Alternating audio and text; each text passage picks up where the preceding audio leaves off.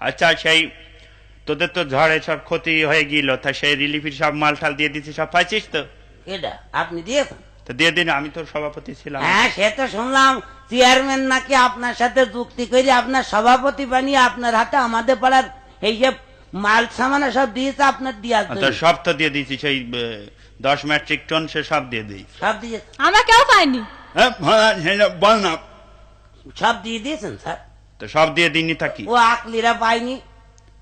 আকলিরা পাইনি তো আমি কি করবো? হ্যাঁ। যা ছিল সবই তো দিয়ে দিই। সব দিয়েছেন, ধৈর্য খাইয়ে যান তাই বলেন। আপনি হ্যাঁ, সব দিয়ে সব ছাড় খেয়েছে।